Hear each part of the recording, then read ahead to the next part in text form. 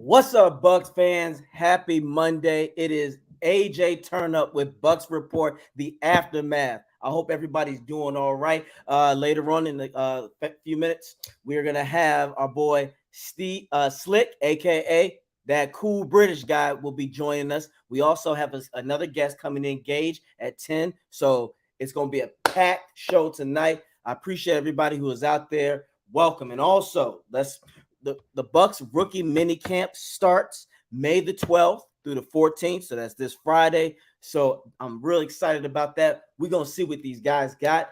I'm going to go into that. My prediction with that, I feel like the people who are going to shine in this rookie, in the mini day camp that's going to get us buzzing. Of course, Cansey is going to, I think he's going to immediately ball out. He has the tools. He has the drive. And just putting him next to Vita, I feel like that's an automatic. I think Cansey is just we've discussed this now that the draft's over. That was a really solid pick. So I expect that. I also expect to see. I don't know why. It's just something about this guy. I got Payne Durham, the tight end we got from Purdue. I just feel like he's gonna be special, especially with the blocking, because as we know, we need to really establish a strong run game this season. But this time it's not more than that. It needs to be creative, but not predictable, but also it needs consistency. And having a blocking tight end with the guy of his size and strength, I do think he's going to show some promise. So I have him. And then I think Yaya is going to make a splash. I think Josh Hayes, I think he's going to slowly come along. So I'm going to give him some patience, but I do want them to utilize his speed. So the first things first for him, he should just be doing straight up go routes and some quick out routes just to use his speed, use the best of his abilities on that field, speed, because we already have guys in Mike Evans. We already have Chris Godwin that's going to help us. That's going to be our those are our signature guys. They're going to always do them. But I want Palmer to really be that secret weapon that nobody's really going to care about or know about. So when he gets in there, it's a wrap. So I'm very excited for that. But I wanted to talk about a few other things because, man, after this draft, there's been a lot of speculation going on.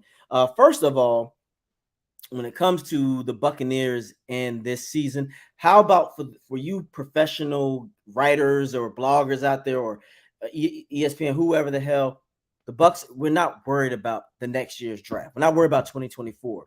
We've done our dues for 2023. Let's focus on that, because I've been hearing things, people thinking that, the Bucs are going to tank, or the Booger McFarland was talking about the Bucs need to be entertaining enough, entertaining losing team, which I don't understand that. Booger, come on now. Who the hell wants to be an entertaining losing team? Winning is entertainment. I don't care how boring it looks, but that is my entertainment. What the hell you want to see somebody have an entertaining? I've never seen I don't want to see an entertaining losing team. That makes no sense. We want to see people. We want our teams to win. It doesn't always have to be pretty, and it doesn't always have to be high scoring. I don't care if my team for like 3 games, they don't get any more than 20 points, but they keep the opponents under 10. That's fine with me, because that means they're winners and they know how to find a way to win. I don't like that. So let's not worry about this getting Caleb. Bucs. First of all, you're being disrespectful. The Bucs still have a good team. With this draft, we're going to be solid. The line, I think, will get back to being where it is. It's going to take time, but you forget Mike Evans, an elite receiver, is still here. You forget Chris Godwin is still here. You have an up and coming tight end in Cade Otton. You have an up and coming running back in Rashad White. You have an elite lineman in Tristan Wirfs. You have Jensen, who is a dog. Leverett is doing his thing. Stinney will be healthy, hopefully, and with the addition of Cody of Mock in there, that's the offense.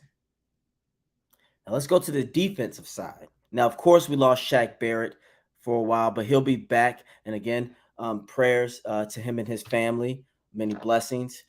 But we still have Vita Vea, top 3 nose tackle. Now with Canty there to help him. Then you still have Levante, underrated and not appreciated enough linebacker who has a Hall of Fame resume, as I would say. We have Carlton Davis, Jamel Dean, Antoine Winfield, who's on his way to being an elite safety. What am I missing here?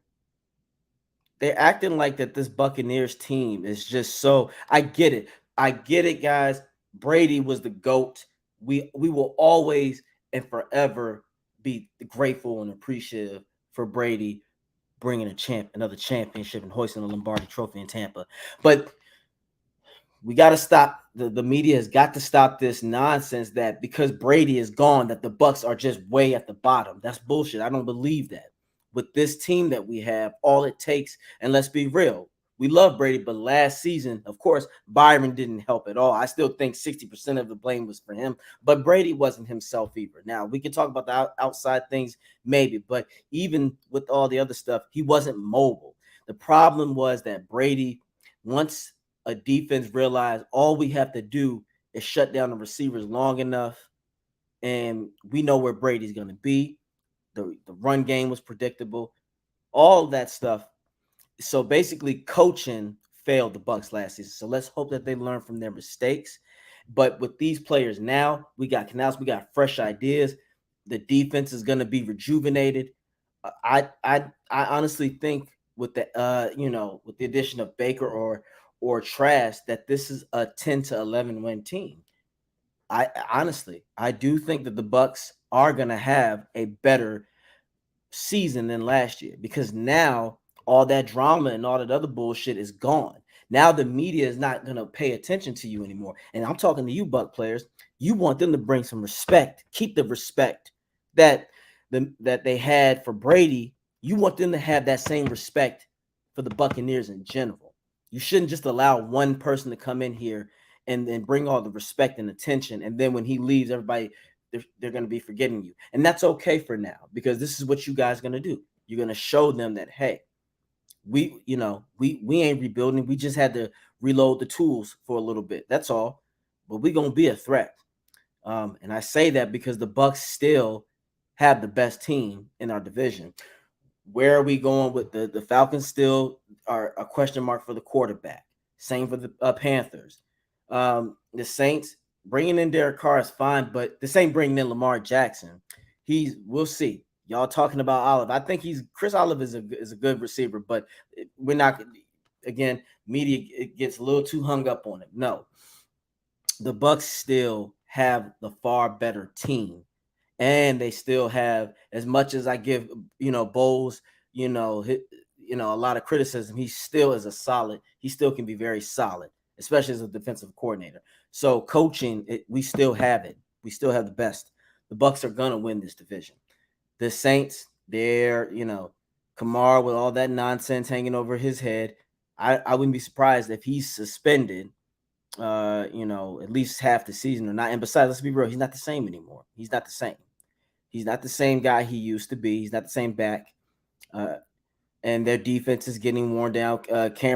Jordan is not going to be as dominant. He'll be a situational guy, or he'll be the guy that can, try to motivate his team, but he's not going to be the same. Their linebacking core is getting a little old. Marshawn Lattimore is, he is who he is. Their safeties, nobody's scared of the Honey Badger anymore, even if he's still there. So my point being is this Bucs team still has a lot of fight left in them to run. I told people this year's draft is going to determine where the Bucs are going to be heading. Now, if half of them are just average, this Bucs team, this is what I'm saying. The Bucs team is a 10 to 11. If two of them all of a sudden have a breakout season, especially on the defensive side, and this defense can stay top 5, the Bucs can win 12 games, 13 games. The scheduling will come out this Thursday, May 11th. I can't wait. But from what I see so far, it's not that many teams that the Bucs will be facing that you're going to go, ooh, those are huge L's. No. I count about 5 to 6 that I go, okay, I can see the Bucs just taking an L on that. Not going to be. I don't see a team that they're going to blow us out. So we got to stop that. Now, I want to get to this quarterback situation because all over Twitter, I've seen it with the Bucs. Everybody is going crazy on Trask and Baker. People are like just arguing about, oh, well, look how he threw the ball. Look how he did this. Look how he did that. You guys got to stop. Chill out on that. And let's see. What's up, Ben? Good evening. How you doing, my man? You gotta chat. We gotta chat sometime. Talk about the Bucs together soon. We're gonna make that happen. But yes, this situation between Baker and Trask, I get it. Buck fans, we just want to. We are all. It's some people are team Trask. Some people are team Baker. I'm team whoever gets the damn job done. So I don't care who it is. I don't care if Baker can come out smoking and use his legs to get shit to keep the plays going. I'm good with that. What's up? We got Slick in the house, Here aka we go, boys. Here we go. How we doing? That cool British guy. How you living, man? Living good. Just finished work, just checking about what's going on with the Bucs. If there's anything I missed. Yeah, I was just going over a few little things for the past few days. Well, first off, let me let you know the rookie minicamp starts May 12th to the 14th. I gave my spiel on who I think is going to break out, who's going to be a good role player, and who's going to be a project in the making. Would you like to start that off? Give us like your breakout people, your consistent starter, and then your project in the making. Yeah, sure. I think the thing with the line players, you're not going to see a lot out of them. I'm not saying that they'll have a bad camp or what have you. They'll have a good camp for that position. But the players that really fly off the screens, or will be talked about the most, will be probably more the skill based positions because there's zero contact in these. So you're probably going to find the tight end, the wide receivers. They're going to have a lot more talk than say the defensive linemen because they're just going to be working on reads. They're not really going to be working their hand fighting and stuff. And obviously, the more physical player you are, the less you get to show off in these OTAs. So, it's one of those. So I think our tight end's probably going to jump off. That's what I'm hoping. I said the same thing. I said I want to see Durham really go off. I really do. I just feel like even in regular camp, he's gonna. I just think he got that dog in him where he's hungry, and I think he's the exact guy that we need because he is the opposite of Cade. I think Cade is more finesse and he's a fluid guy, but this guy Durham is a dog, and he's gonna help, especially in the run blocking game. I'm ready for that. If he can be a consistent run and he can be a pass catching tight end, now you have Canals has a lot more to work with, and he has a lot more to confuse the defense because now you put Durham out there at one place like shit. We don't know if they're going to run or not. And if you want to change the pass to a run now, it's like, well, Durham's out here, so he can do that. Yeah, and we also know that Cade Otton can block with his socks too. He was kept in there a lot and in the blocking stuff as well. So you end up kind of having a two-headed monster. What happened there? Still on? Take your time. So my screen went completely blank for some reason. I have no idea. Fine, my man. You're fine. I'll fix this up and I'll keep going. Yeah, so you have like Cade, and he could block as well as catch, and he's primarily a catching guy. And then this new guy, if he can do both as well, you end up with a two-headed monster, and you can't really go wrong. I agree 100%. And we were also talking about the rankings because I understand it's the year 2023, Slick. Why the hell everybody is going guessing what the Bucs are going to do in 2024? This Oh, season hasn't even started way yet. too, way too early drafts. It's like you don't Yes, even know what position you're going to pick. I don't even know why that person gets paid to print that out, because it's not worth the time that was put into it. It's not worth the time to read it. It's not worth stupid. anything. And that's just me. Like, Yes, I don't even take seriously what most draft analysts say. I because I just don't think it's physically possible to go through that many recruits unless you are a professional scout. Also, who taught them how to scout? You know, you got these guys who work for a media company. Some of them may have only played high school football, and they're talking about how they're talking about how a college athlete can't drop his hips properly, or he can't do this correctly, or he can't do that properly. Now, where are you getting this information from? For me, sometimes I feel like it's just regurgitated information that they found somewhere else. And, oh, this scout said this, so I'll say that too. Or they've heard of or they've been around scouts that have said these things. yes. Very soon they talk to some of the NFL scouts or former scouts and what have you. But yeah, I usually find. Draft analysts, I tend to switch off when they talk technically about a football player. When I've got guys I've met guys in the UK do it. They never played a down of football in their lives, and they're talking about how a guy doesn't drop his hips or how a guy's back pedal isn't smooth. And I'm like, what the fuck do you know about a back pedal? Well, done one. Facts. There's the difference between watching it and living it and watching it. You sometimes and like you said, it's a rarity but it's a rarity that someone who's never truly played that can truly understand the full dynamics. But it's that, like you said, that's not everybody. For the No, most no, part, for sure. it's like, stop talking that shit. How do you know he might not have to do this because he can do this for another thing? You could, it's like certain people with speed. Well, why is he letting him get that far? Because he has the speed to make up for it and he knows what to do. Yes, you wouldn't do that because you're too damn slow. So I agree. But I got to go to this comment. Ben, Yeah, you got the this Ben is, Cornett one. yes. I want to draft pick Dennis to work out so Buster Rhymes can do a remake past the Savassier. That would be clever. I want him to do it too. Just because one, we want to make sure because if guys check out last week's episode of Bucks Report, Slick, aka that British guy, eloquently put down that the fact that we want to make sure these guys are good just in case if Levante or Devin White are gone. We have to because I was talking to a few Buck fans, Slick, a lot of some of the Buck fans I know, they love Levante. So they said when he leaves, it's going to be a heartbreaking day for the Bucks. And they said they're worried because they hope that the linebacking core this year understands and learns under his wisdom and Mm-hmm. take it in consideration. So I do agree. I wanted to work out. And then also, I know, did you see Devin's cryptic message today? I didn't see, but I've seen what Larry Foote has said about him, about his champagne problems. Yeah, and more than that. $11 million, and he's kind of said when your coach calls this out, and this is why I see it's a bigger thing. At first, I was kind of going, oh well, we don't know the context of what's said. Maybe he was just interested in a trade. He's not. It's not like when they put the demands trade. It could be the case he just went to the front office and said, guys, I'm thinking, could you look into a trade for me? That's not demanding a trade. That's asking and just putting feelers out there. And of course, then the media comes along and that's not a catchy title. Demand a trade sounds like a catchy title. He clearly made a demand because your linebackers coach or your currently defensive coordinator isn't going to call you out saying you've got champagne problems because you've got $11 million. He's a former linebacker himself. You look at it from that perspective, it's not a good look for him. It means he's upset people. Yeah, he's upset people, and you're bringing the wrong attention. You're talking about you're gonna start back, and you're gonna. It's like, my man, just let your skills do the talking.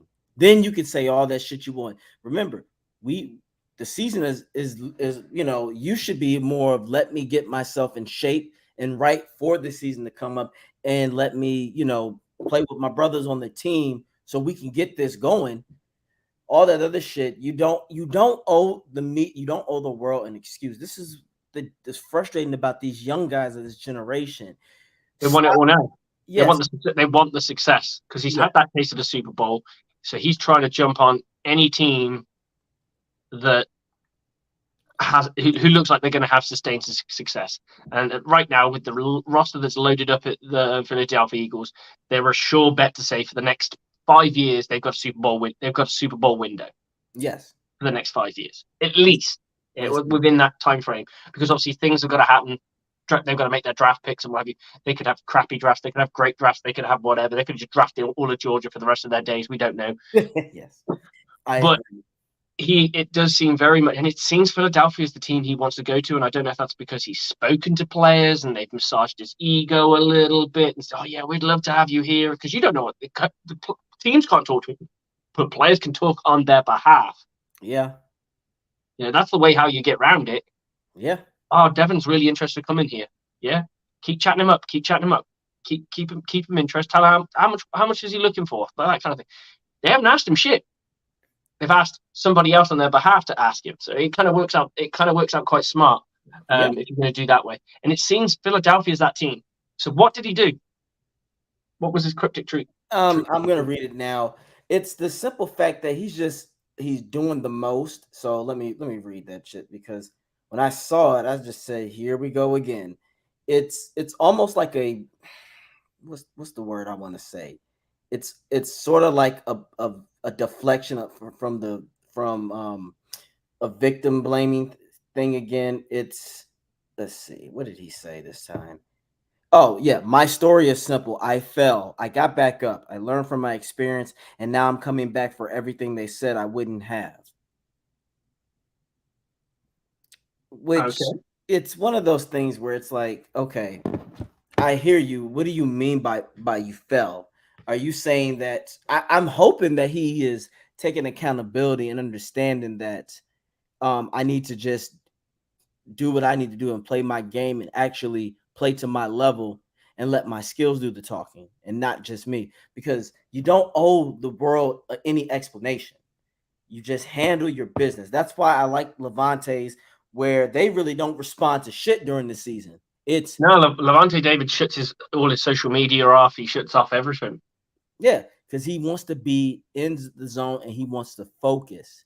Because there are just some guys, if you know yourself, if you know that you're not able to handle, and we're all human, everybody can't handle the same type of criticism or Oh, for sure. I mean, we pressure. get it. We don't like the teams that we run over here.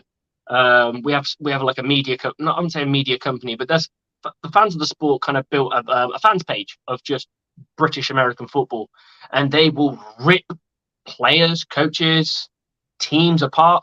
And of course, you get defensive players who, I mean, but in the sense of being defensive over their team because they've been called out as a dog shit football team because that's what they do. They'll have a picture of a dog with a load of crap on the floor, and on that crap will be the team's logos covered in the shit.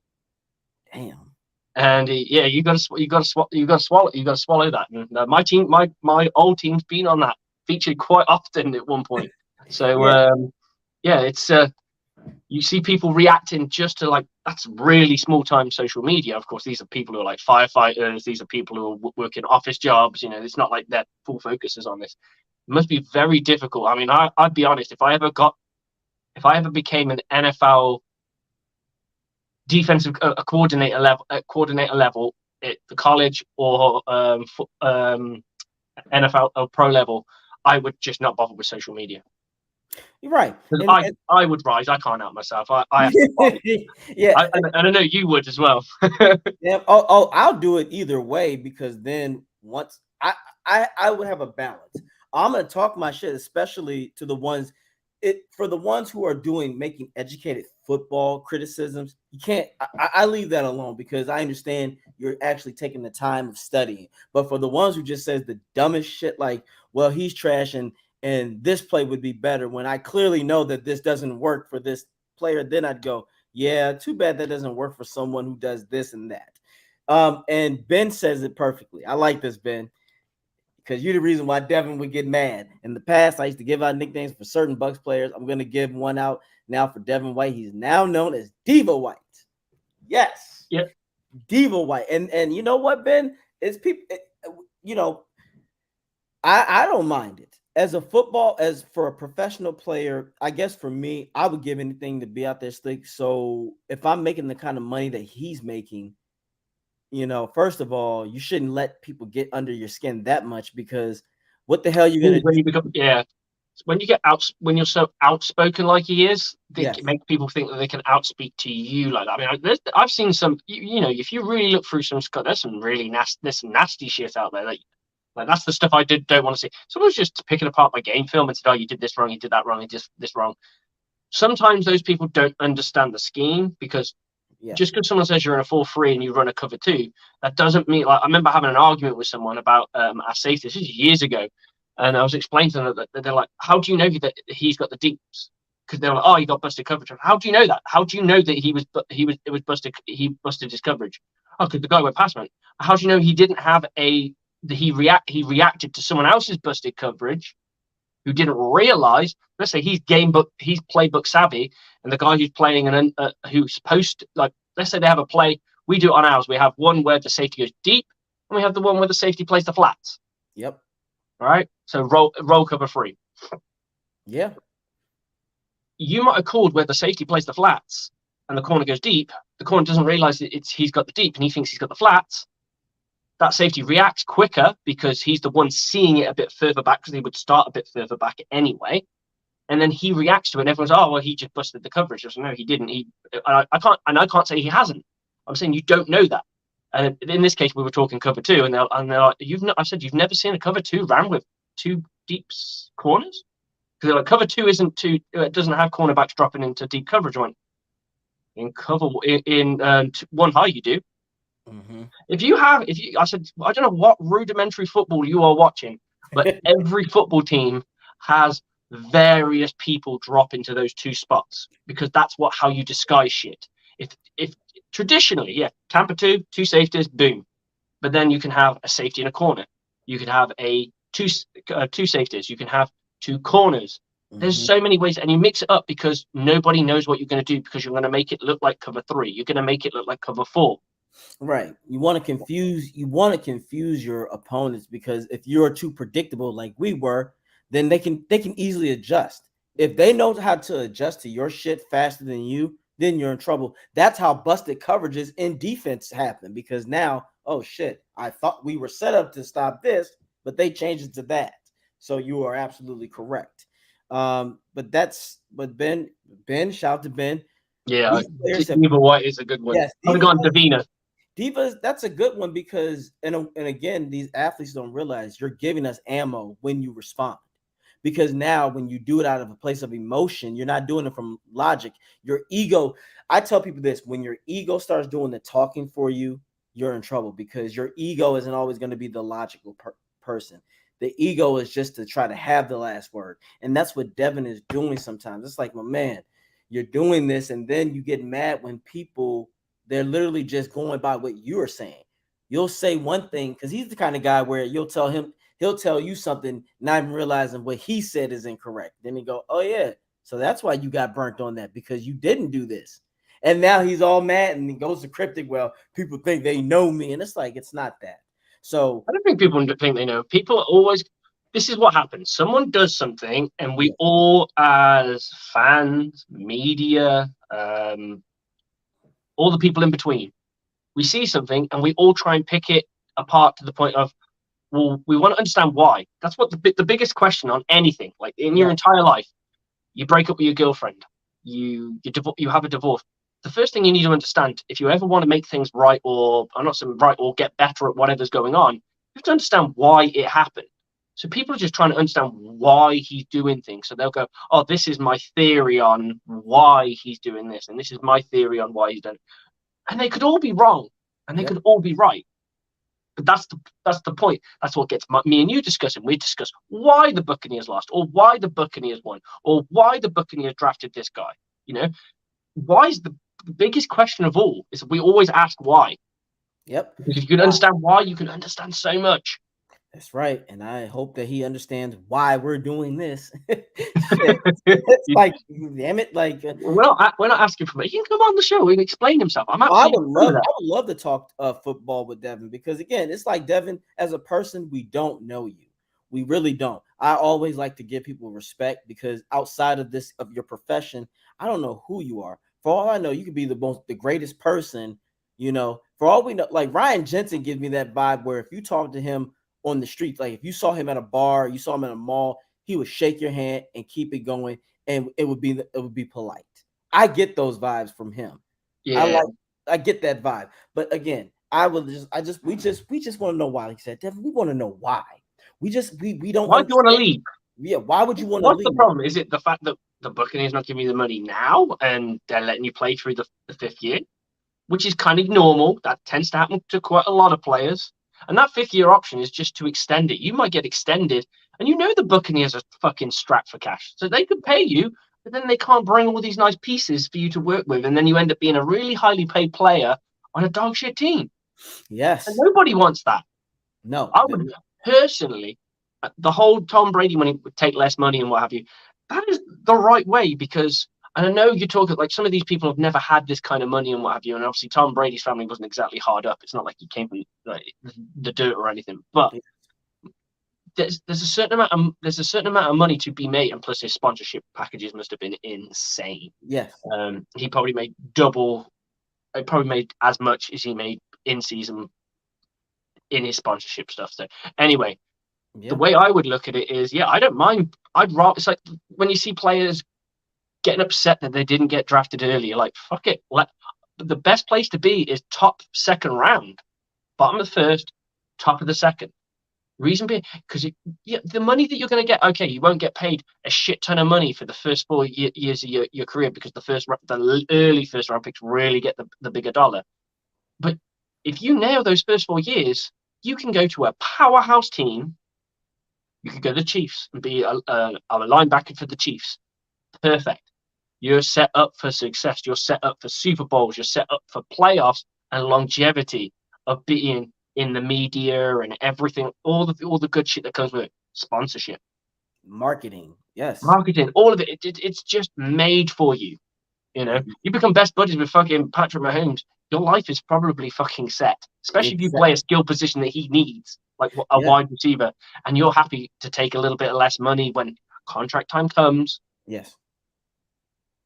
You'll be revered by fans far and wide because once you've earned that one big paycheck, once you've got that big, like, and we're talking about when we say they get the bag and what have you, when they get that 50 million or that 80 million or that 100 mil, that's so much wealth. You never know what to do with. Me and you would be happy if someone gave us a mil.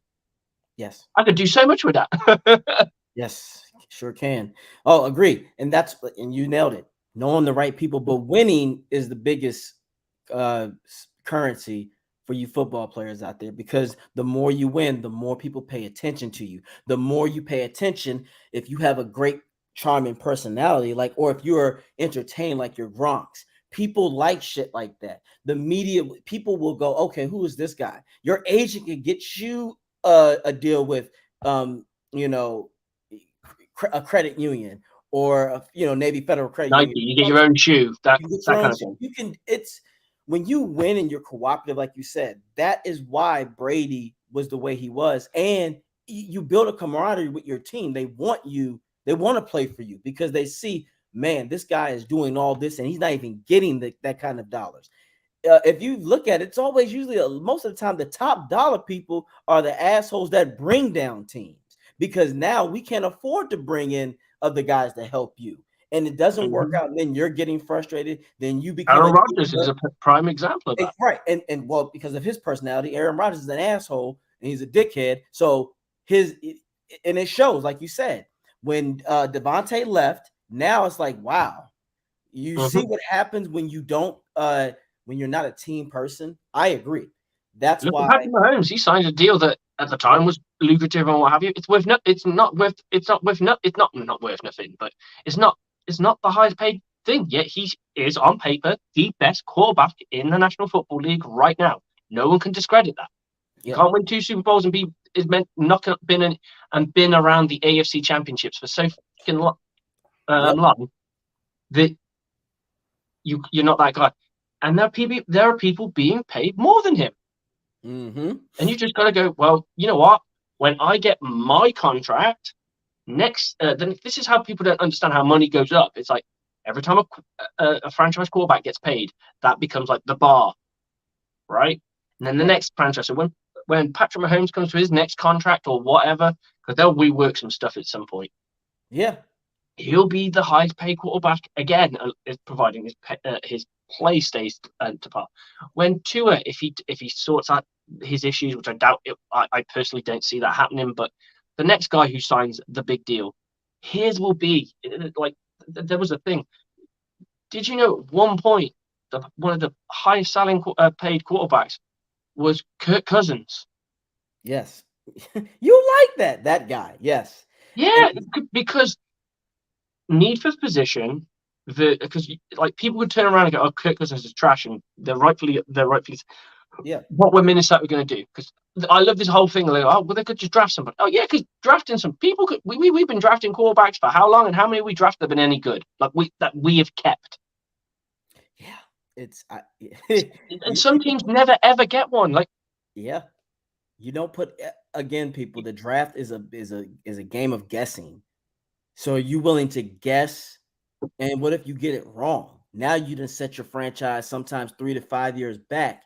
And not only that, you're setting your good guys in their prime years backwards. Can we imagine if, let's say, if Jameis never was that guy or Brady never comes, um, Evans, Levante, these guys wouldn't have a ring. And sometimes, what if the guys like those guys and Godwin and them just get to the point where they're frustrated and said, I don't need this shit. I'll go somewhere else where I'll get the same amount or more, and I'll be on a better team and I'll win." The Bucs, we've learned that the hard way plenty of times. Michael Bennett, we booted him, went to the Legion of Boom and became a stud there. Got himself a ring. Revis, LeGarrette Blount, they go to New England, win Super Bowls, and they were good. We don't want to be that franchise where we send other people to be better. Trust and believe. So what we're saying at the end of the day, Devin, be patient, win, do your best, because if you do your best and you succeed, the money is going to be there. Because but let's say, Devin, you play your heart out and you get this Bucs team to an NFC division title, and you were one of the biggest reasons, like in every playoff game, you had an interception. 2020. Yeah, if you were the 2020 and we get to the NFC, the Buccaneers, the Glazers are not gonna forget you. They're gonna find a way to say, "Look, You'll man, get paid. They'll find the money. yeah, you're gonna get paid." So let's get that going. And then the next conversation that was big is this quarterback shit. People are arguing slick. People are literally judging Trask and Baker off just one little photo of them doing this, the way they're holding the ball. Somebody's like, "Yeah, Trask wanted more. Look at the look in his eyes. Yeah, Baker looks like he's bored out there." And it's like, Jesus. What, the fucking photo shoot? Yes, and I feel like I know that some of it is sarcasm, but it's sort of like this right here, like Keith said. Fight between Batman and some anime dude. Use your own tears during. Oh God, it's basically the comparison of Baker and Trask. Now we've already discussed. There are some people who are Team Trask, and there are some people who are Team Baker. Me and you have both discussed where we're both on the fence. I'd say me and you are both on the fence, and we just want the best guy to win the job. I just want the person to do the damn job.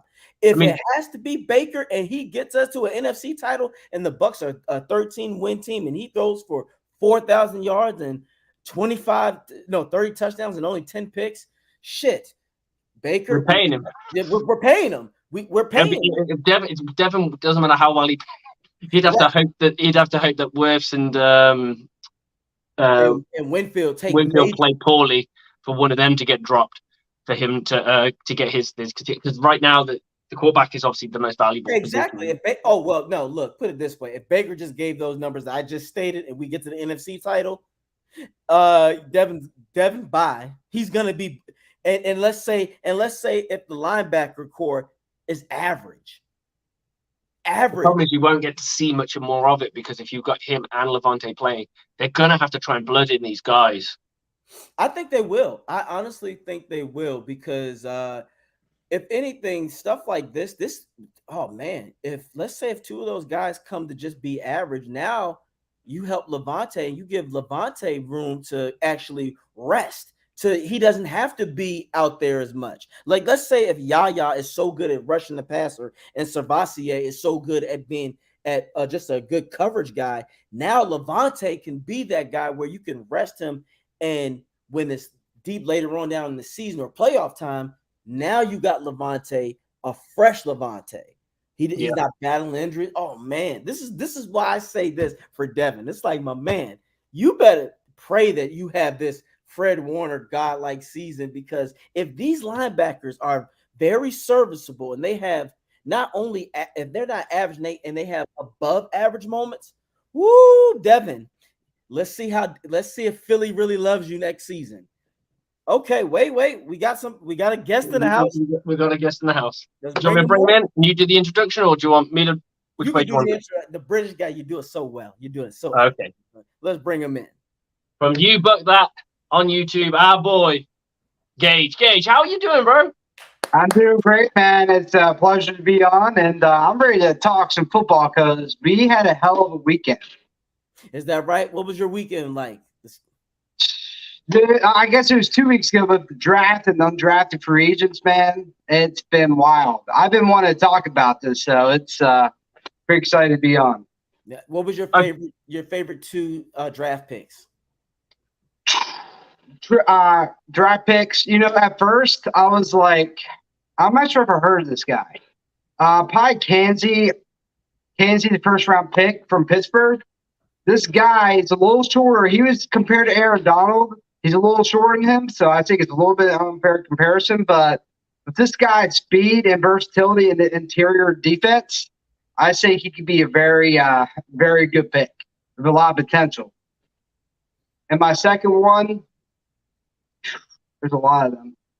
I'm going to say Pan Durham. I really liked him, and I was surprised we went for tight end in the 5th round, but I think he's gonna bowl well with whoever the starter is between Baker and Kyle Trask. I like that. I've Slick is already can tell you. I'm very high on Durham. I think he's a dual threat. I think he will do something, and I think he's going to make a big impact on this offense, especially in the run. That's going to help Rashad White. So you're right. Kansi. Again, we got to give a shout out to James Canada. He's the only one of the few people that they even mentioned him on the Bucs radar. But you're right. With the Aaron Donald, if he can just play to half of his potential for this season, man, oh man, that will help us. And I wanted to throw this in there. Today it was an announcement. Somebody said something about, one of the coaches said something about Logan Hall getting bigger. What is your take on that, Gage, about Logan Hall? Do you think he's going to be that he can have a good sophomore surge instead of a sophomore slump? Logan Hall is a player I was very high on when he was taken the 2nd round. Logan Hall, when he did play, he didn't make a big impact, but it's a rookie season. Not everyone's going to play up to their standard. And we had a very slumpy season last year. We might have made the playoffs, but let's be honest, that was a rough season. I know I probably grew a couple of gray hairs during last season, but I think with a lot more help on the defensive line, I think Logan Hall is going to produce pretty good. He had a kind of learned trial in his rookie season, so I think with him getting more size, I think he's going to really produce this year. I can dig it. I agree also. I mean, they drafted me down as a DT, so I think they probably drafted him to kind of play amongst the line. So we in the 4 look, in our 4 down lineman look, he's probably going to play a free technique. In a 3-man line, he's probably playing end. I just think with the fact that we got Gaines in there, there's a nice rotate. You always want to keep your defensive line fresh. You got to keep your offensive line together because they need to work cohesively as a unit. Your defensive line, you want to rotate them. You want about 1 or 2. You want 2 guys that are anchors, or at least 1. Usually, it's a free tech and an end. They're your anchor in a 4-man line, or your nose and your free tech, because they tend to have quite a special part there. That you have quite a good partnership. Everyone else is more rotational because you want to keep them fresh, because you want to keep attacking that offensive line. You want to keep, and you want to turn around to your guys, just let loose and come off, let loose and come off, let loose and come off, and that's what you're doing. You're constantly rotating guys. Obviously, some guys can take more reps than others, so they can play and play. That's why you probably find, and I would say this with JTS, he's always going to need to be a rotational player because of just how much energy he burns per play. I mean, I don't know if he's flagging after every after a series or not, but the way he sprints and the way he gets off, I mean, I'd be fucked. I'm not gonna lie. Yeah, it's like he's always doing a sprint somewhere, and Lord knows we know how he does this, so he's definitely tired after that. He's got to be, man. That guy, he's got some pursuit. All he needs to do is just refine his mechanics on just being able to stop and move his body a bit better, and then use his hands a bit more. Mm-hmm. That speed will be able to kill in a completely different way if he can dial it back and bring it back to another direction, because people will bite on his first moves. They'll, this guy's speeding me out. Fine, I'll just keep dropping. All they have to do is make one extra step that you didn't do. You're inside. Facts. And I wanted to ask you guys this, and we'll start with you, Gabe, since you are our special guest. Peter King just did an interesting ranking. He was talking about that the Bucs would finish 31st. So he put all of he put, I think, the entire NFC South above us. What are your thoughts on Peter King? Are you familiar with him? And how do you feel? Like, what do you feel about that? Honestly, I was very shocked. Like, I knew there's going to be some teams. There's going to be a lot of people that are going to be down the Bucs, especially after losing the greatest quarterback of all time, which is understandable. But 31, I was like, that's just kind of disrespectful. I would understand if you lost a lot of guys on defense, but we kept most of our guys, David, Dean, and one of those guys are supposed to leave because we just didn't have enough cap. But they came back. We held most of our defense. And the quarterback position is still questionable because there's going to be a quarterback battle. But overall, this team still is playoff contending. So I was very shocked at that. And with the Saints, comparing to them, their number one receiver, he hasn't had 1,000 yards in about 3 seasons. Our guy had 1,000 yards consistently. So I think everyone's be a little shocked to see what the Bucs do this year. No, you're absolutely right. I was flabbergasted. I was just like, what the hell? Okay. It's like, I'm like, yeah, Peter, I think he's just senile at this point, because there's no way that the disrespect. We love Brady. Let's all say this. We all understand losing. We appreciate it. 3 straight seasons of playoffs, relevancy, wonderful. But we have to be real. Brady wasn't the same Brady that we had the first 2 seasons. And because of that, the team got predictable. He wasn't mobile, so that means plays couldn't be extended. So maybe losing him was the best thing for the Bucs to move forward. So now we can see what we have between Baker. If Baker doesn't pan out, what if Trask becomes the new savior? Now you have him with a great elite receiver in Mike Evans.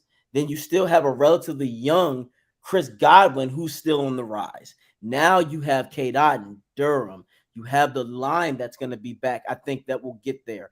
So it's not like this Bucs team is, oh my gosh, they're just finished. No, if we do things right, the Bucs could be set within 1 to 2 years.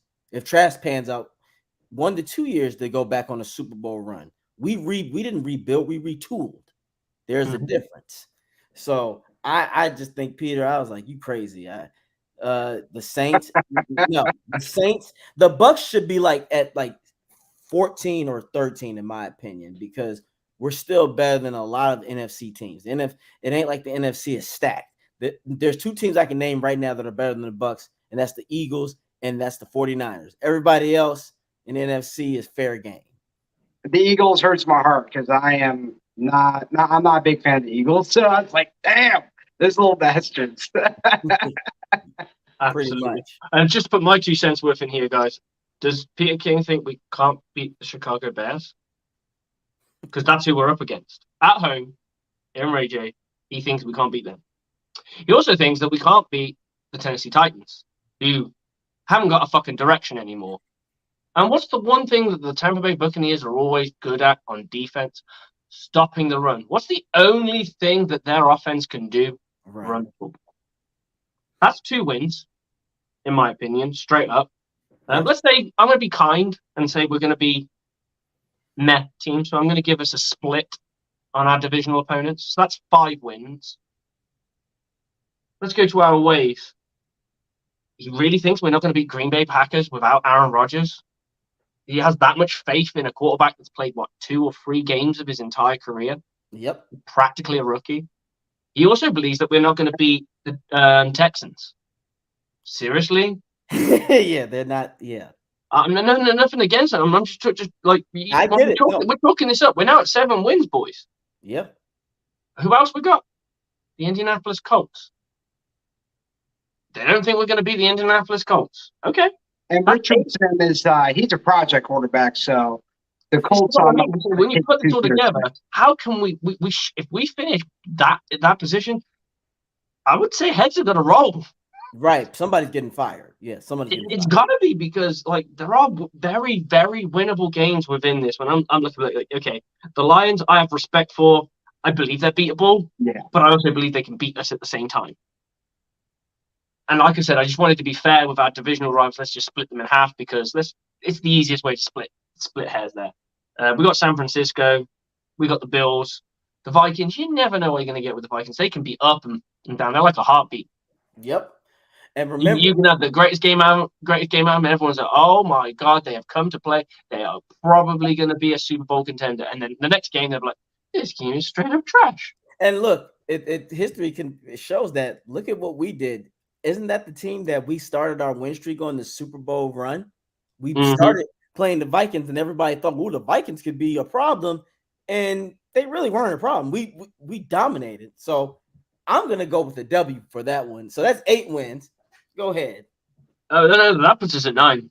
No, 9. I'm sorry. And then then the other home game we got is against Jacksonville, which I think could be 50-50. That is 50-50. Just because they've got better, their quarterback, I just see so much more potential from him. I think he's going to make bigger strides every year. But when you look at that, that's 8 to 9. We're looking at this Buccaneers team's looking at 7 to 9. If someone said to me, best case scenario, the Buccaneers win 9 to 10 games. Worst case scenario, the Buccaneers, and I could still be wrong on that. Worst case, average is probably going to be 7 to 8, and then it's going to be 5 to 6. There's no way with a 5 or 6 wins in our pocket. Not with the offensive defense. Yeah, I don't see 5 wins. That's great. We had Tom Brady play for 2 minutes every fucking game. Right. That's all you got. If you came to see Tom Brady, you saw Tom Brady stick around to the fourth quarter, because that's when he turns up. That's the only time he turned up. Okay, there's a couple of games where he turned up. But point being, we didn't get you didn't get, if you paid for a Tom Brady ticket, you got shortchanged. Yes, because you did not get to see Tom Brady. You got to see Tom Brady in the fourth quarter. No, the most complete. The end of the fourth quarter, and don't get me wrong, it was a lot of glorious fourth quarters we had. Yes, we did. There were some glorious fourth quarters. Yes, but that's not what we're looking for. We want more consistency, and now we've got a coach on the offensive side of the football that I think is going to be very creative. He's a young coach, which means his mind is probably open to a lot more different things. Not that Byron Leftwich isn't open-minded. I would probably say Byron Leftwich was schooled a certain way, and that's all he knows. And I think for him, the best advice I could give to Byron Leftwich, now that he's probably looking for a job, is learn more offenses, and then find what you think works. Don't run what Arians runs. Don't run what someone else runs. Run what you think at your core works. Because AJ's a spread guy. Not everyone's a spread guy, but AJ's a spread guy. My offensive coordinator at my team is a spread guy. Spread works. But in the NFL, you can't just be one thing. You got to be a couple of things. But you have a core, yeah? Spread at core, and then you have some other bits and pieces that you can marry together, because you can't just be one thing. College, you can do that. Yeah. NFL, you can't. It's like we're a 3-4 defense, but we still play 4 down linemen occasionally. We probably play 5 down linemen at some point as well when we're in goal line. Mm-hmm. You are absolutely right. And with the mobile quarterback, you know this, Gage. Mobile quarterbacks change the game now, because now you're a double threat. You're a dynamic guy. And let's say, because now defenses, they don't know where you are. They have to take account that if we let this guy get off, that can cost us the game. How many games have we seen where quarterbacks run and take off and go in and score a touchdown, and that breaks a team, because now that breaks a opposing defensive team, because now it's stuck in your head, because then the next series, now you have to take account, but because you take that account, now something else is open. Someone else is open. Everything else. Yes. I have to say though, Gage, I am admiring that shirt. Thanks, man. No, I had to pull it out for sure. I'll tell you what, that is some sexual stuff. Yeah, I'm in awe of it, mate. I'm in awe of it. I love that. That's absolutely badass. And I'm big. And look, we gotta talk about this, because you might be one of the lost long family relatives of the Ginger crew. You got good hair. You got Cody. He's got the locks. You got the locks. What is your take on Cody Mock with this line, with this pickup? Did you like it? Cody Mock, honestly, I was hoping for that pick. I was like, guys, because one thing I was coming to the draft, I was like, we need to get linemen. We need to fix this line. And Cody Mock was just the freaking icing on the cake. Those 2 picks alone, even if we didn't get a great pick later on, those 2 picks in the first and second round, or I guess third round, I can't complain. Cody Mock, he's a great leader. He has a great personality, which a lot of people take a liking to. And his play alone, I think he's going to be a Pro Bowler. Ooh, that's a hot in the rookie season. If he is a Pro Bowler, Gage, that means this Bucs offense is top 10. Where do you see him playing, Gage? Where, like what position?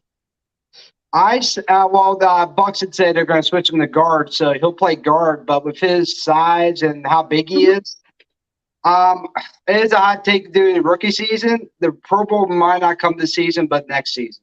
But I think this is going to be a transition year for the offensive line, but he's going to be very destructive.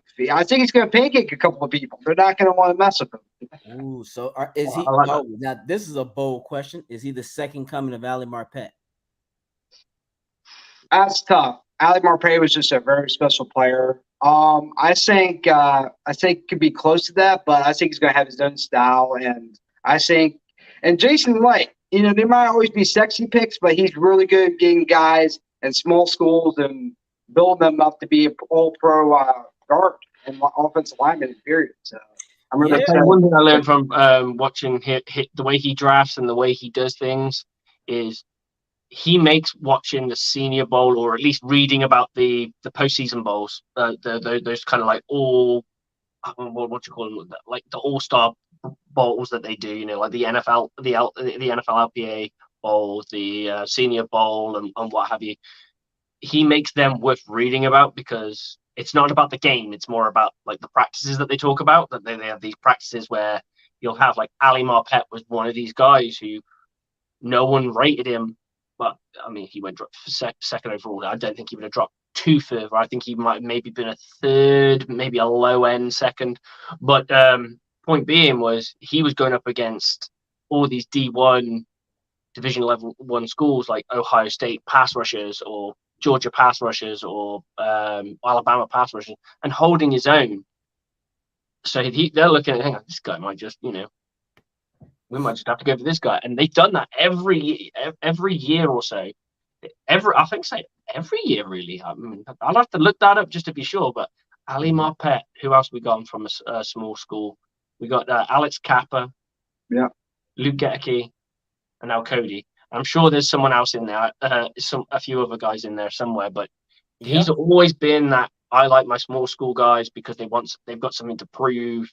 I think finding offensive. I think when it comes to offensive line, it's really difficult at a high school level to know how they're going to mature and what they're going to become, because their bodies are still technically growing at the age of 18, like the age of 18. You don't stop growing until you're technically 21.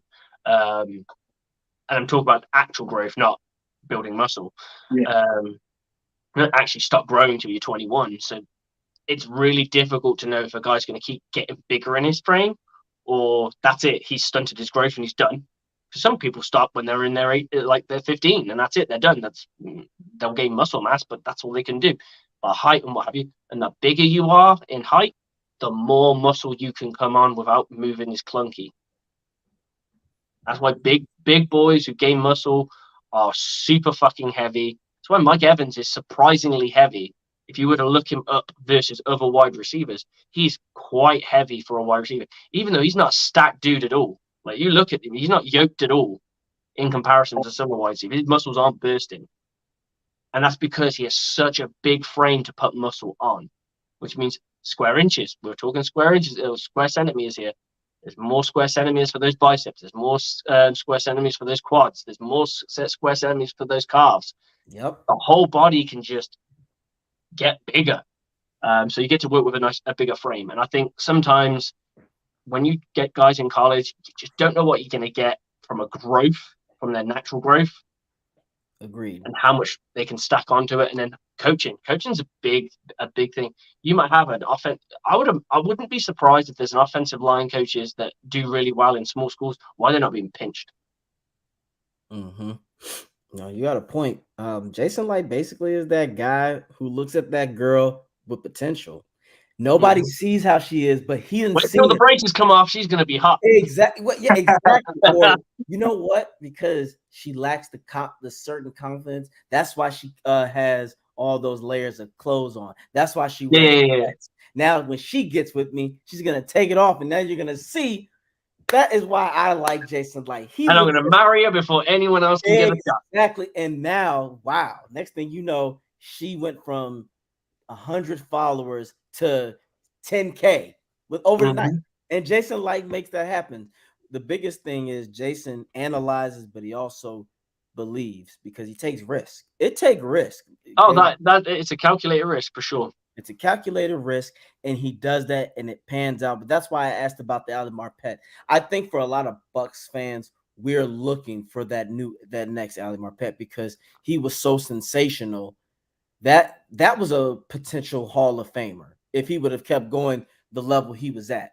So Cody, I do like the pick with Cody. I just want this Bucs offense to be nasty. I want defenders to the first two seasons when we had with Brady the line.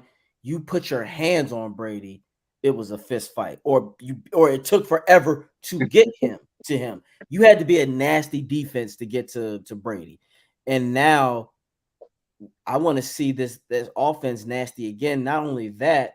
Because then if we got a dual threat and a quarterback, now the offense is scary. Now it's damn, even if we do overpound, what if Baker or Trask are able to get out of there and throw that bomb to Mr. Trey Palmer, the 4-3-3 guy, because nobody cares who he is. And this safety is like, oh shit, I thought I could recover, coach, but he runs a 4-3-3 and I only run a 4-5-1. That wasn't happening. So I do, and I wanted to ask you guys this because, and I'll start with you again, Gage. What is the biggest significant change that you want to see on the offensive side of and the defensive side? One big change you want to see on the offense. One big change is scheme, and that's why I really like Dave Cannell's coming in because the one saying a lot of teams are saying, they said in the post conference, this team is really easy to read. I believe one of the Dallas players mentioned that. And with our new offense coordinator, because we all know Brian Leftwich was very basic. Like, it was almost embarrassing to kind of see. It's like, man, like they can see what we're doing. This ain't Madden. Like, they're going to see what we're doing. And Russell Gage having now Trey Palmer, I think we're going to put these guys in great positions. And this offense is going to be completely different from last season. It's going to be very dangerous. Okay. What about the defensive side? What are you looking for? Defensive side, I'm looking for a little better pass coverage because last season we were lacking that. But with Dean and Carson Davis and now Ryan Neal, who I'm really excited is joining that the secondary, I think I'm looking for more tight coverage and kind of just locking down those receivers because we had a lot of problems last season with that. I can dig it. Thank you for that, Gage. What about you, Slick? I actually thought the DBs played better last year than they did years before. Considering the the pass rush was a lot weaker. I felt that they did a decent job. I think what you're seeing, what they do wrong, is what AJ really fucking hates, which is cushion coverage. And that's what they struggle with. They struggle with these standing 8 yards off. They sit at 8 and they wait for a wide receiver to get into his route, and then they start to move. And by then, I'm a DB coach, so I'm all about defensive backs. I was defensive coordinator last year, but this year I'm a defensive backs coach. When you have if you're going to have your guys stationary, they need to bounce their feet. They need to just bounce their feet, bounce the back. They're just doing this with their feet. Step, step, step, step, step, step, step, step, step. And it's just to keep you go. It's just to keep you moving, because moving completely dead while a guy's sprinting, you're going to lose because he's full sprint. And the problem is everyone has what they call their cushion, which is their natural area. Every corner is completely, every defensive back's different in this. It's something you can't teach. It's a feeling of knowing he's touched my danger zone. Now I need to turn around and go with him. Some people can do it at 1. Some people can do it as they literally get next to them. Some people have to do it earlier. And the problem is, if you do it early, the wide receiver can throttle down. If you do it too late, you can get beaten deep.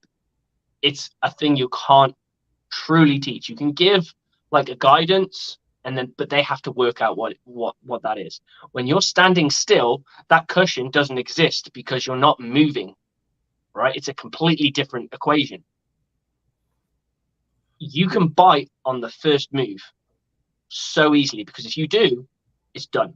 So if he's released, if I got a guy look at me and I'm 8 yards off and I'm just stood still, I've got a guy powering down at me and I'm like, man coverage, I'm reading his hip.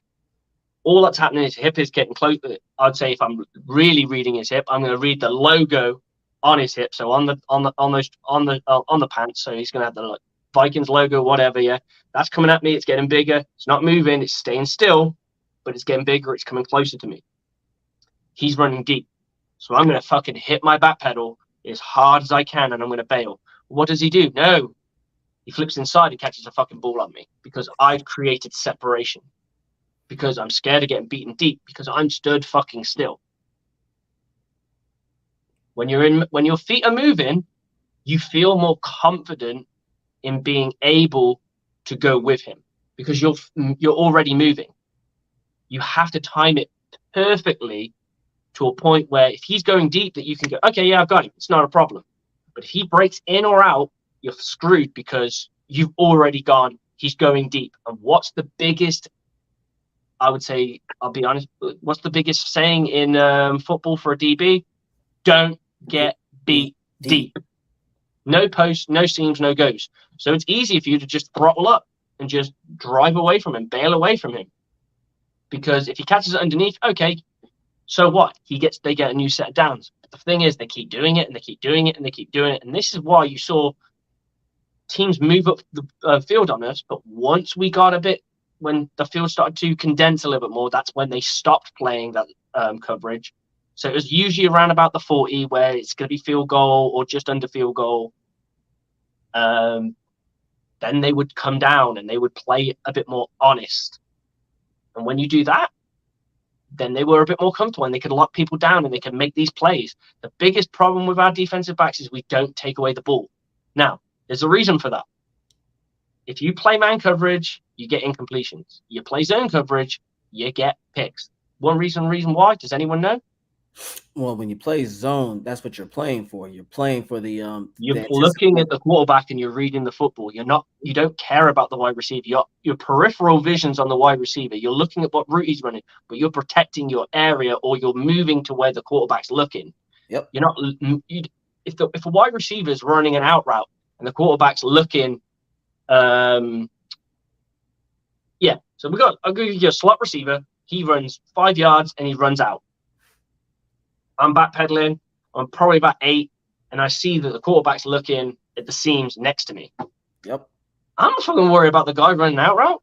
We're worrying about the guy that he's sneaking out, the running back that's sneaking out, that's coming up the seam.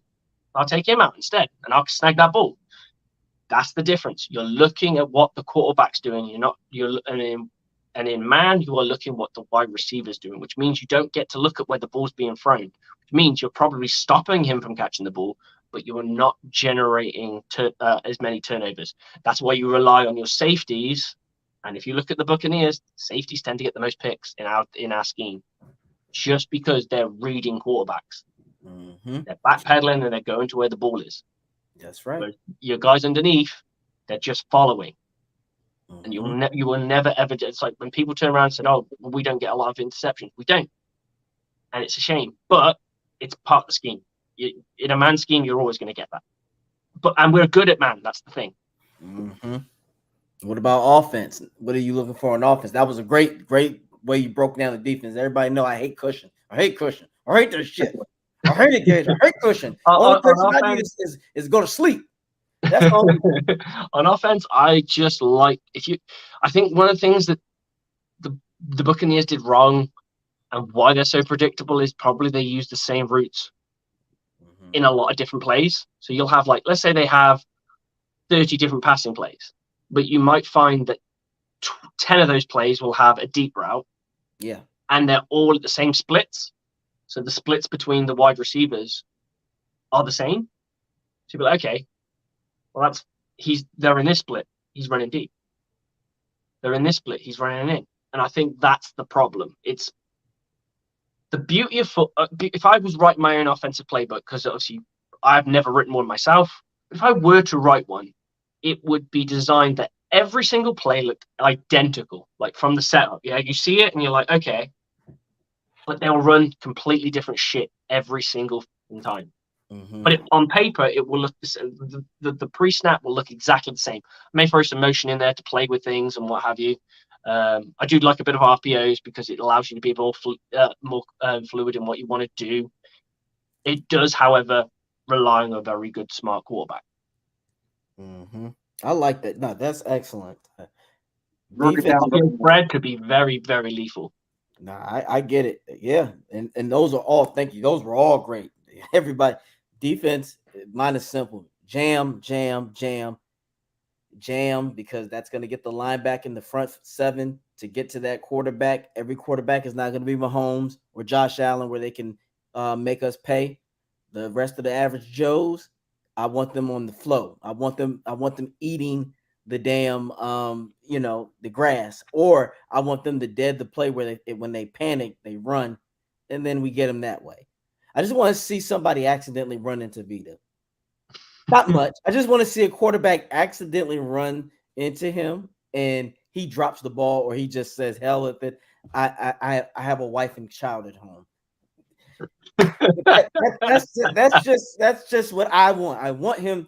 Now that's defense right there. Offense, I want to see more crossing routes and bootlegs. And with the receiving core that we have and the quarterback that's mobile, I want to see that shit, because now floods. Yeah, now I have in my mind with Trey Palmer, put him in the slot, do a crossing route right here with that speed, and then you have Evans just do a deep route, just go, because now if you put two, you're gonna have to put a safety in a corner on him, and that's gonna lead. And then if you have a slow linebacker, you can also have a tight end, K. Dodden or Durham, run a seam. Ooh, with that rollout, now somebody's got to do something. And one of those linebackers are going to pay. If K. Dot and them are so fast, the middle linebacker has to respect that and keep up with the tight end. It's going to leave the middle of the field open for a guy with speed. So that's why I like an RPO on that. Yep, that's why I like it. That's what I want. You can get a play action on that. Yep, I want to see that. I want to see those are my biggest things.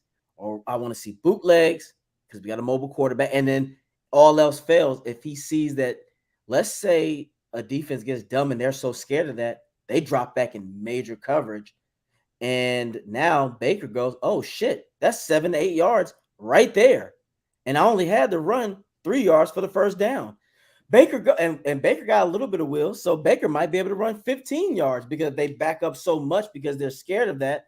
Now they have to, and then they get closer. You could do the same thing again, but this time they're going to be so up in the box. Now somebody's going to get loose. And then touchdown. That's it for me. But on that note, for you guys, I'm gonna let you guys go because I got to get out of here. I got an early shift tomorrow. I got one more question, Gage. Yes. There's been a lot of talk about who should start. Obviously, we're not in we're in preseason, or well, not even in preseason. We're in OTAs. Who is your desired person to win the job, and why? Honestly, I've looked at both. Baker Mayfield has experience. A lot of people mention his past experience with the Rams and Panthers. He kind of flamed down the Panthers, but a lot of people kind of forget that Matt Rule he's on his way out, and Baker Mayfield only got 6 games to start. So I think it's a little premature to call him that he wasn't good.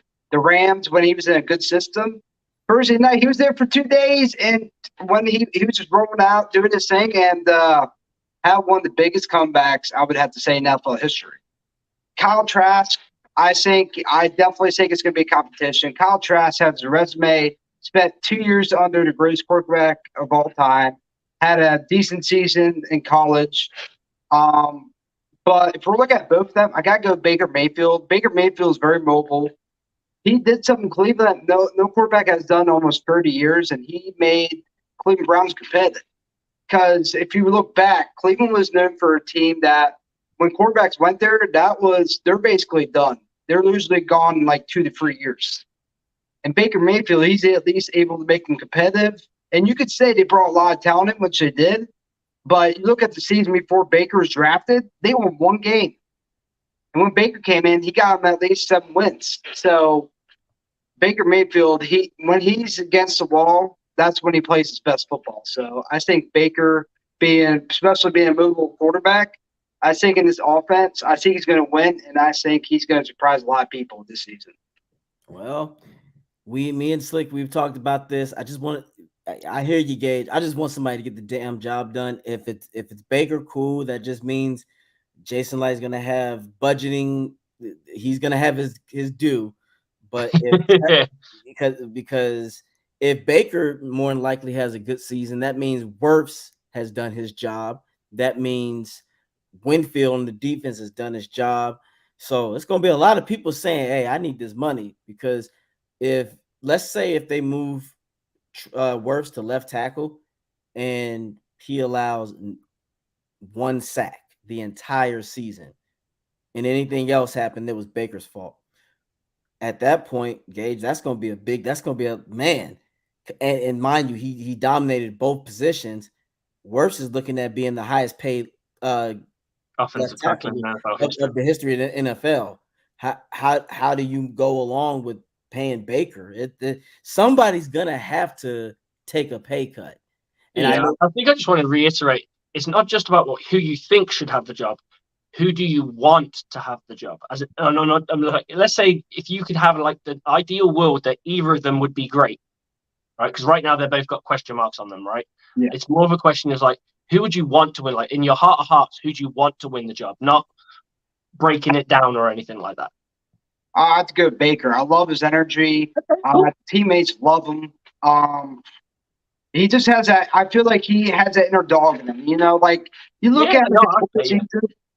He tore his labrum, and he still played because he loved his team, Cleveland Browns. And he's just a fighter. You know, he'll fucking run through people to get that first down. That's what I love about Baker. I love that energy. And that's what separates quarterbacks that look good from the winners. Okay, cool. I'll go. AJ's on the same page as me. I want only for logistics. I want Kyle Trask to win the job. Yep. For the sheer fact that he's developed in-house. So the Buccaneers can finally get that monkey off their back to say that they've developed a franchise quarterback, which would be pretty fucking cool. And secondly, you don't have to pay him next year, which means you can re-sign everybody. You couldn't re-sign everyone. If let's say Baker goes, and I've spoken with this AJ with this many a time. Let's say he goes 4,300 yards. This is Baker, 28 touchdowns, and he is 10 interceptions and 2 forced fumbles in the turnovers. That's gonna, and we go. Let's say we go to the playoffs and we win a game, we scrape win a game, and then we lose. We scrape lose a game in the divisional round. He's going to get paid 35 million next year, guaranteed with a 3 to 4 year deal. The Buccaneers cannot afford to pay that guy because you're going to, but they will. They will pay him. And my fear is that I've seen quarterbacks in the past where they have this great season or great half a season or great 3/4 of a season, and we go, wow, this guy's really good. Geno Smith's a prime example. We don't know what's going to happen with him yet. And then they fall off the wagon. Enter Brock Osweiler. Enter Nick Foles. All these people, Nick Foles is available. People have discussed this about getting Nick Foles. These guys have had like an kind of season where they were special for either a whole season or for a really good chunk of it, or they played to through some playoffs, and then they turn back into what they were before that, which is not a franchise level, but you've just paid them everything to get them to your ball club, and then you're married to them for almost 3 to at least 3 years guaranteed. You've got 3 years where you just can't afford to take anybody else. I mean, if you're lucky, they suck so bad that you're able to draft somebody. That's probably the best case scenario. If you go, let's say Baker's great, we sign him, 4-year deal, 35 million, 35 million, 35 million, 35 million. Two of them guaranteed, half the money in the 3rd year, and then nothing in the 4th. By year two, you hope he sucks so you can go and get somebody.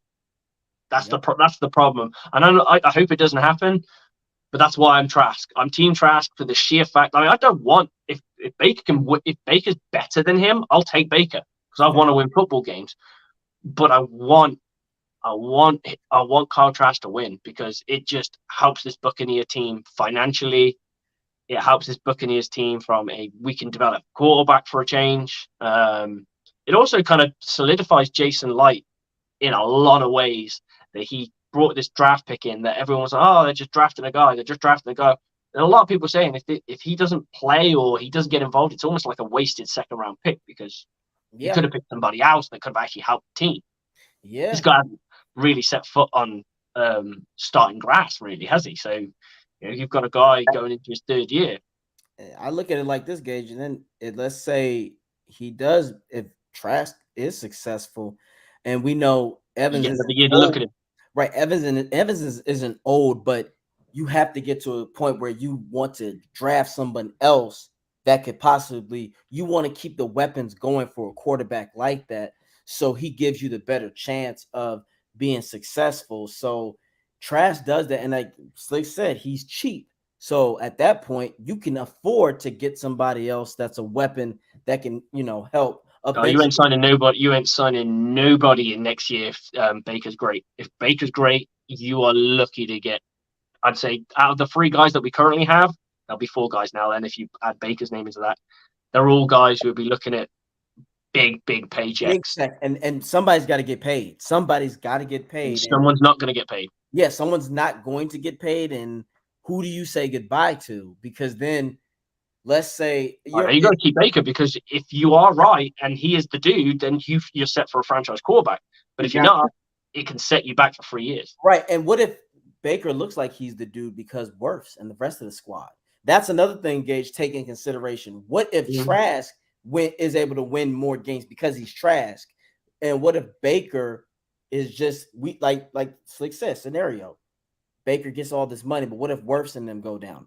Wirfs not going to. I think Wirfs will, if they. No, I'm talking about injury. What if Wirfs injured the next season and then Baker is just flat out trash, and now you have a situation where you don't want that. I'd rather Trask just because for Buck reasons. I want him to be that guy because, man, if let's say we draft him and he does a hell of a job, that could be a home run because right now the Bucs are under this quarterback curse. Mm-hmm. It's like we can't do it. We've gotten everything. We've broken other curses. We got our kickoff with Michael Spurlock and back in the day. We had all this stuff. Now we got to break the quarterback curse. We ain't been right since Doug Williams. That's a long time, man. That was 79. It's been a Mm-hmm. long time, man. So that's And it about wasn't only him, but if you remember, we had Steve Young, who yeah. won Oh yeah. like a Super Bowl or two with the 49ers. He was a Look, first round pick. yeah. So it's you almost feel like it's a curse that we can't draft a good quarterback because the only guys that won Super Bowl for us was Brad Johnson, Tom Brady, who were not with the Bucs when they were drafted. There it is. So we look. We need this curse to be lifted. There will be a draft. The Bucs will draft a quarterback. He will be. He will be the promised man. But on that note, guys, I'm gonna let you guys go. But thank you all for having me. And again, Bucs Report 9:30 every Monday. We break it down, and you can always find me at It's About Bucking Time. But on that note, thank you, Gage, for your time, and Slick, thank you. I'll let you guys go. Man. And at the end of the day, go Bucks. Go Bucs, baby. Go Bucks. All right, let's see if I can get AJ off. There we go. So, Gage, tell us about your show and what you've been doing lately. I know you had a couple of people on and you've been doing some stuff. So, talk us about what you've been doing lately. Honestly, I've been really investing a lot of time in the Tampa Bay Inferno, which is the professional women's team that's in the Tampa Bay area. Awesome. They just went to Pittsburgh. Unfortunately, it didn't come out with a win. But I'm really excited for this team because it's starting to get more attention. They're starting to get more sponsors, and they're actually working their way to Canton, which is where the championship is. So that's awesome. what I've been working on, kind of talking with the coaches and, getting really involved in the community. So that's what I've been working on. I actually had a player as a guest, and I'm actually going to have a couple other guests from the team. So cool. That's what I've been working on the past week or two. That's all right. So do you follow much of the women's game over there? I'm sorry, what's that? Do you follow much of the women's game over there? Oh yeah. I don't really look at I don't look at the other teams, but Tampa Bay Infernos, I keep up with them pretty well. Keep up their games. I actually went to one. Pretty exciting stuff. They have a great fan base. Highly recommend if you guys are in the area. No, my team has a ladies team. I'm sorry, what's that? My team that I coach, we have a ladies contingent team. So we have a ladies team, we have a women's team, we have 2 juniors teams, and we have my senior team. That's the one that I coach. So we get. I don't know if you know. Did you know that America won the World Cup in American football? Actually, I have not. I'm still kind of getting into it was the GB versus USA in the women. I actually haven't really checked that out because I'm still kind of getting into it. So definitely, I'm gonna definitely check that out. Yeah, it was pretty awesome. Very, it was unusual for us because our team, Team GB, weren't kind of expected to go as far as we did, and then we ended up playing against the Team USA, and it was a good game.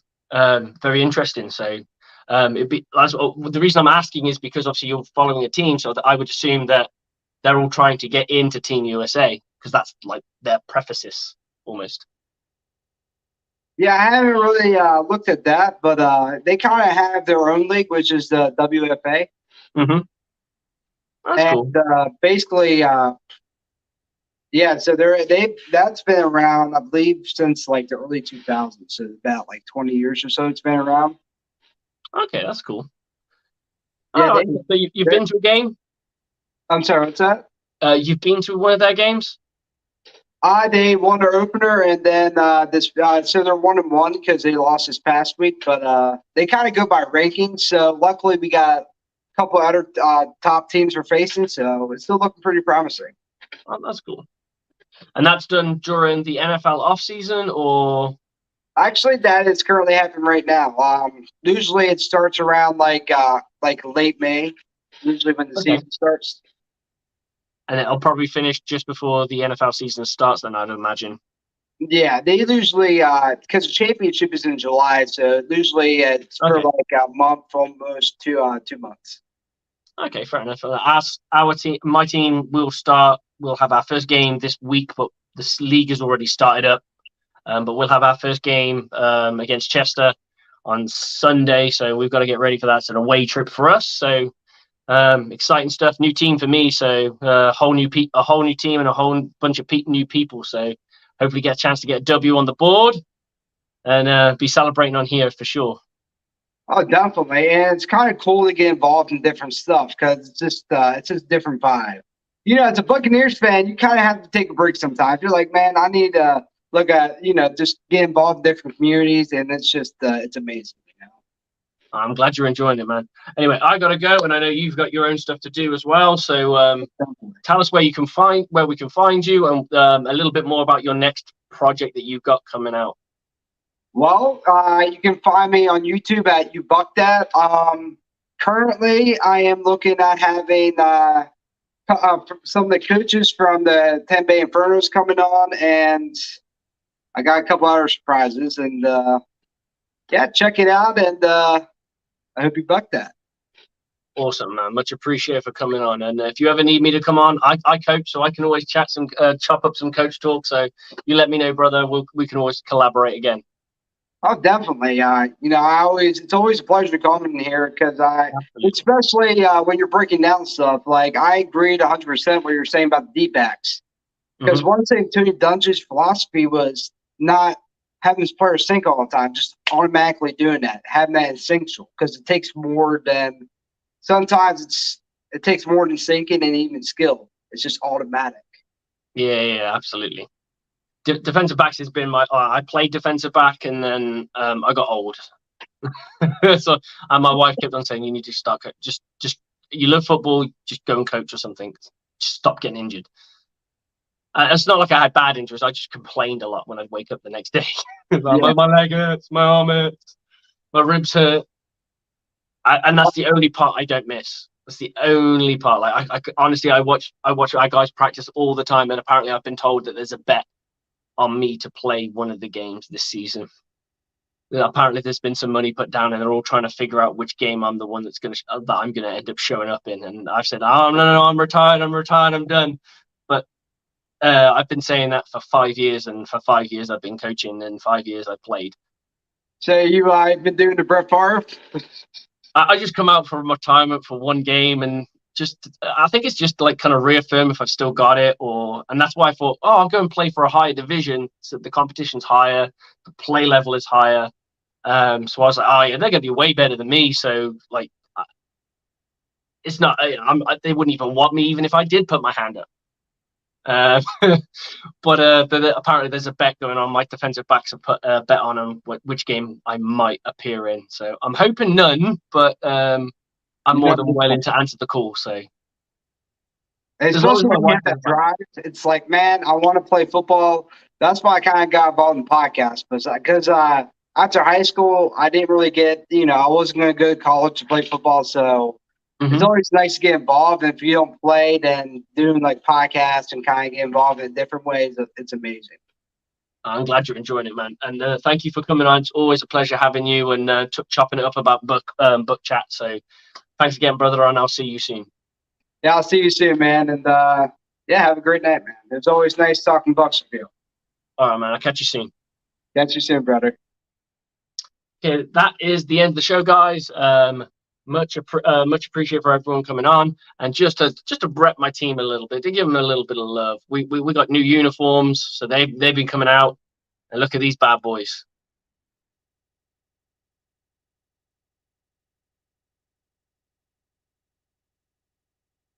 We're reforging, we're coming back in, and hopefully we can start winning some more games. So this team's hopefully on the up and up. We're reforging, but it's Bucs chat as always. Bucs on me, Bucs on free. 1, 2, 3, go Bucs!